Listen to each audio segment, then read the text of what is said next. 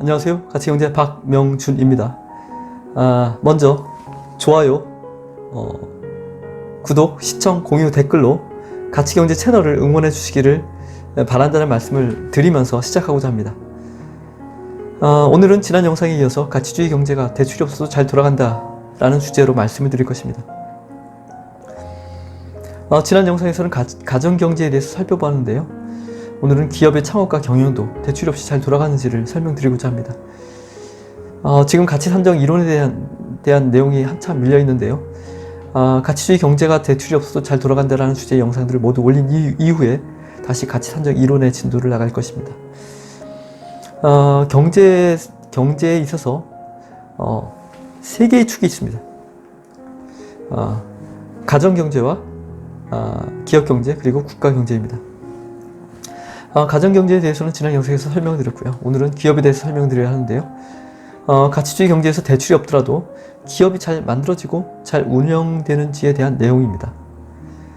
지난 영상에서도 말씀드렸지만 가치주의 경제는 먼저 가치를 만들어내어서 가상가치를 자신의 가상계좌에 적립을 하고 나서 그리고 나서 자신이 필요로 하는 재화나 서비스를 구매하는 순서가 맞습니다. 무턱대고 대출을 해서 먼저 재화나 서비스를 구매를 하고 나서 나중에 가치를 창출해서 이것을 갚는 순서는 되지 않습니다. 이것은 개인만 적용되는 것이 아니라 기업도 마찬가지입니다. 기업도 자연스럽게 합리적인 이 순서를 따르게 됩니다. 즉 대출이 없이 먼저 필요로 한 자금을 모으고 그리고 나서 그것으로 기업을 만들고 운영하는 것입니다. 지금의 자본주의에서는 기업이 대출을 하기도 하고 회사채를 발행하기도 합니다. 하지만 가치주의 경제에서는 대출을 하지 않고 회사채를 발행하지도 않고 기업을 경영해야 합니다. 빚 없이 회사 경영을 해야 하는 것이죠. 자본주의 경제에서는 주식이라는 것도 있습니다. 주식회사가 가장 흔한 기업의 형태이죠. 주식을 발행해서 누군가가 이 주식을 사게 되면 회사는 투자금이 생기는 것입니다. 가치주의 경제에서도 투자금을 받을 수가 있습니다. 다만 주식이 따로 존재하는 것은 아닙니다. 주식시장이 있는 것도 아니고요. 그래서 기업들이 주식시장에서 투자금을 받을 수가 없습니다. 그러니까 주식회사라는 자본주의 시대에서는 가장 흔한 기업의 형태가 가치주의 경제에서는 사라지는 것입니다. 그 대신에 기업에 투자를 원하는 개인이나 단체는 원하는 기업에 직접적으로 지분 투자를 하게 됩니다. 지분은 주식의 형태를 사는 것이 아니라 투자를 원하는 만큼의 가상가치를 기업이 보유하고 있는 가상계좌에 넣는 것입니다.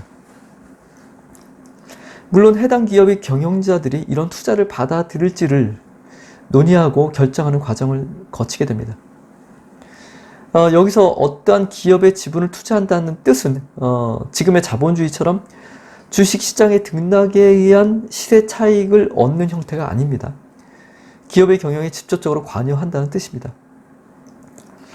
예를 들어서 투자한 지분의 비율이 전체 투자된 투자 가치 중에서 50%라면 50%의 경영권을 가지게 되는 것입니다. 투자한 지분이 1%라면 1%의 경영권을 가지게 됩니다. 그리고 이 지분은 기업의 수익과 손실에 대한 성과나 책임을 그 지분의 비율대로 그대로 가져간다는 것을 의미하기도 합니다. 가치주의 경제의 기업 경영에서 경영자와 실무자의 역할을 구분해야 하는데요. 경영자는 지분을 투자한 모든 투자자를 뜻합니다. 실무자는 지분을 투자하지 않고 실무를 담당하는 회사의 직원들을 말합니다. 물론 회사의 직원으로서 자신이 소속된 회사에 투자를 할 수도 있습니다. 그렇게 되면 실무자이기도 하지만 동시에 경영자가 될 수 있습니다. 앞서 말씀드린 대로 투자자인 경영자는 회사가 얻은 이익을 분배받거나 혹은 손실을 떠안기도 합니다. 그것은 회사의 경영을 책임진다는 의미가 됩니다. 실무자는 자신이 회사에서 일을 한 것에 대한 합당한 대가를 지불받으면 그것으로 그만입니다. 회사가 이익을 많이 거둔다고 해서 더 많은 것을 요구할 수도 없고 회사가 손실을 입는다고 해서 임금이 깎이지도 않습니다. 회사의 이익과 손실은 경영자의 몫이고 경영자는 곧 투자자들이며 투자를 한다는 것은 회사의 경영과 경영 성과의 책임에 참여한다는 것을 의미합니다. 실무자는 회사의 경영 실적과는 무관하며 자신에게 맡겨진 일만을 하게 됩니다. 투자자가 회사의 경영에 참여하지 않는 경우도 있습니다. 또는 회사의 경영에 참여하는 투자자도 있습니다. 회사를 경영하는 것도 경영이라는 실무가 필요하며 이 일에 대한 대가의 지불이 필요합니다. 따라서 투자자 중에서 경영에 참여하는 사람들은 경영의 실무에 대한 대가를 추가적으로 지급받게 되며 동시에 경영자이기 때문에 경영의 성과에 대한 이익을 취하거나 손실을 책임져야 하는 것입니다. 투자자이면서 경영에 참여하지 않는 사람들은 경영의 실무에 대한 대가는 지급받지 못하고 단지 경영 성과에 대한 지분 비율대로의 배분을 받게 됩니다. 실무자는 실무에 대한 대가를 지불받으며 경영 성과와는 무관합니다. 실무자가 받는 대가와 투자자가 경영 참여 시 경영 실무에 대한 대가가 얼마가 되어야 하는지는 가치 산정에 의해서 알 수가 있습니다. 직급이나 직책에 상관없이 얼마만큼의 가치를 만들어내는지를 산정해서 그것을 지급받게 됩니다. 각 회사는 해야 하는 일에 대한 명확한 정의와 이에 대한 가치가 얼마인지를 기준을 정해서 사용하게 됩니다. 이 부분은 나중에 따로 다른 영상을 제작해서 설명을 해드리겠습니다. 가치주의 경제의 기업 경영에 대해서 몇 가지 더 말씀드릴 내용이 있는데요. 먼저 기업의 가상계좌에 대한 설명입니다. 가치주의 경제에서는 누구나 평생 동안 사용하게 되는 가상계좌를 하나씩 만들게 됩니다. 자동적으로 만들어지죠. 이 가상계좌에는 가치 거래를 통해서 들어오고 나가는 가상가치가 적립이 됩니다. 모든 사람들은 이것으로 평생 동안 생활을 하게 됩니다. 사람들만이 아니라 기업도 가상계좌를 가지게 됩니다. 기업의 투자금이 모두 이 가상계좌로 들어오거나 나가게 됩니다. 누군가가 투자를 한다는 뜻은 이 가상계좌에 자신이 보유하고 있던 가상가치의 일부를 투자를 원하는 만큼 이체하는 것입니다. 그러면 지분만큼의 경영권을 가지게 되며 경영 성과의 배분도 참여하게 됩니다. 그리고 투자금을 회수하게 되면 해당 기업의 경영에서 손을 떼는 것입니다. 그런데 회사의 가상계좌는 개인의 가상계좌와는 조금 다릅니다. 기업의 가상계좌는 개인의 가상계좌는 다르게 그 세부 내용이 프로젝트별로 나누어져 있습니다. 기업에서 창출하는 재화나 서비스라는 개별적인 상품이 각각의 프로젝트에 해당이 되며 기업이 가지고 있는 가상계좌 밑에 각 프로젝트별 가상계좌로 나뉘어져 있습니다. 프로젝트별로 개설된 가상계좌에는 해당 프로젝트에 투자되는 가상가치가 들어가게 됩니다. 다시 정리를 하면은 기업에 투자를 한다는 것은 기업 전체에 투자를 하는 것이 아니라 어떠한 특정 프로젝트에 투자를 하는 것입니다. 투자를 한 그만큼의 지분 비율로 해당 프로젝트의 경영에 참여가 가능한데요. 이것도 투자한 프로젝트에 대한 경영만 다시 말씀드리면 해당 투자한 프로젝트에 대한 경영에만 참여하고 해당되는 것입니다. 따라서 기업의 여러 프로젝트 중에서 특정 프로젝트가 많은 수익을 남겼다고 하면 해당 프로젝트에 투자했던 경영자들이 그 성과를 가져가는 것이고, 동일한 기업이지만 다른 프로젝트에 투자한 투자자는 상관이 없는 이야기가 됩니다. 지금의 자본주의에서는 기업 투자를 특정 기업에 대해서 하게 되지만 전체적으로 하게 되는 것이죠.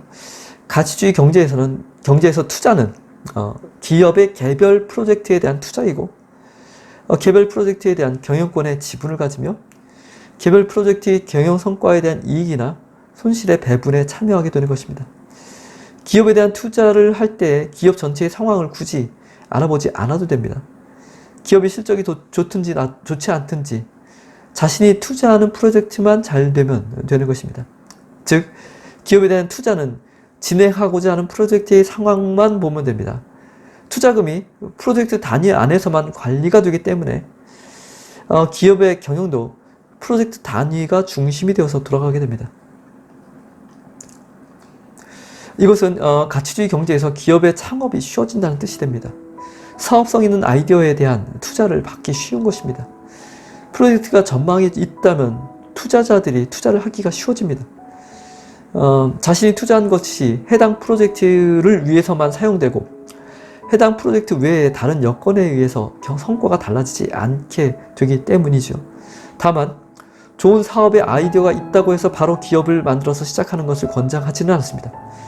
자본주의에서는 대출을 해서 바로 시작할 수 있지만 가치주의에서는 먼저 무언가 하고자 하는 것이 있으면 그에 대한 충분한 준비를 하고 나서 시작을 하는 것을 권장하기 때문이죠.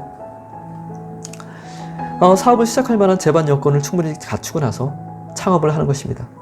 혼자서 그것을 모두 갖출 수도 있겠지만 투자를 받아서 경영권을 나눌 수도 있습니다. 그러면 창업의 시점을 조금 더 앞당길 수도 있겠죠. 사업 당사자가 투자금을 스스로 모으거나 투자자들의 투자를 받아서 사업을 시작하게 되며 투자자들이 경영 성과에 대한 책임을 지기 때문에 부실 경영으로 이어지지 않게 됩니다.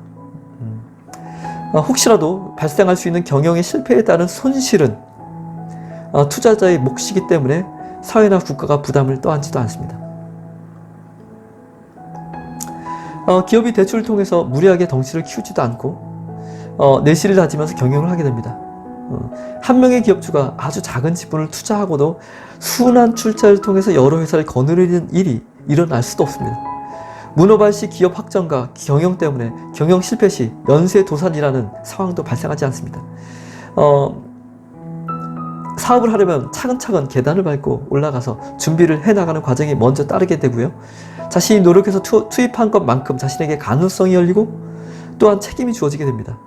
혹시라도 기업 경영의 부실이 국가 경제를 위태롭게 하는 일이 절대로 일어나지 않습니다. 오늘은 가치주의 경제에서 기업이 대출이나 회사채의 발행이 없이도 잘 돌아간다는 점을 설명을 드리려다 보니 가치주의 경제의 기업 경영에 대해서 전반적으로 간략하게 설명을 드리게 되었습니다. 다음 영상에서는 가치주의 경제는 대출이 없어도 잘 돌아간다, 세 번째 내용으로 국가 경제가 잘 돌아가는지를 살펴볼 것입니다. 가치주의 경제는 모두가 행복하게 잘 사는 미래로 가는 길목입니다. 4차 산업혁명 시대를 여는 길목이기도 합니다. 지금의 자본주의 경제가 위기를 맞을 때에 대한 대비이기도 합니다. 늘 말씀드리지만 좋아요, 구독, 시청, 공유, 댓글로 가치경제 채널을 응원해 주시길 바랍니다. 오늘은 여기까지입니다. 다음 영상에서 뵙겠습니다. 감사합니다.